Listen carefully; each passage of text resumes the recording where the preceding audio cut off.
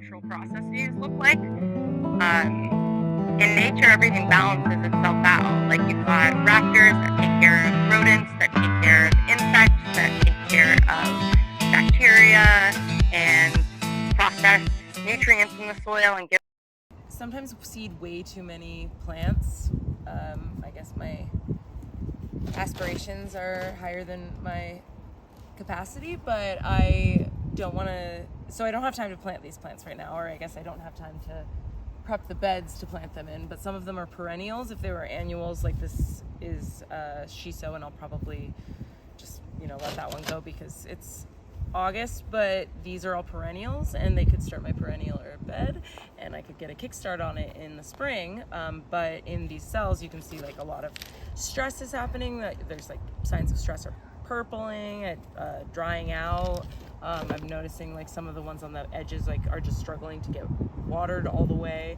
And so one way I can save these plants and continue and like use them at a later day is by potting up.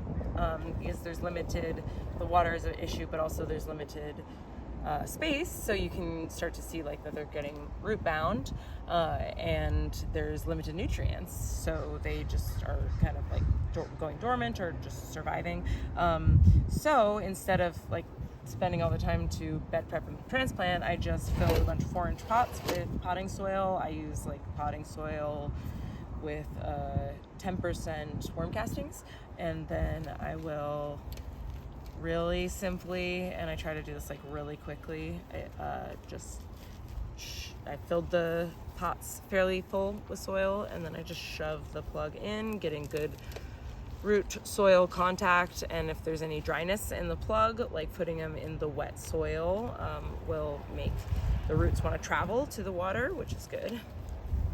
And then I might top it off if I feel like we need more soil, but try to make again this like really quick because the point is to try to save me some time so I can do other things. This is a similar process to what I use in the spring when I seed solanums like peppers and tomatoes and eggplants and pot those up, and ground cherries.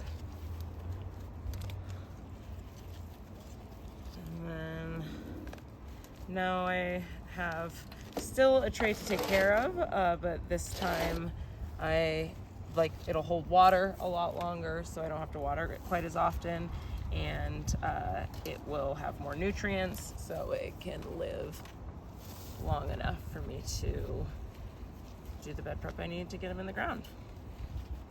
Potting up.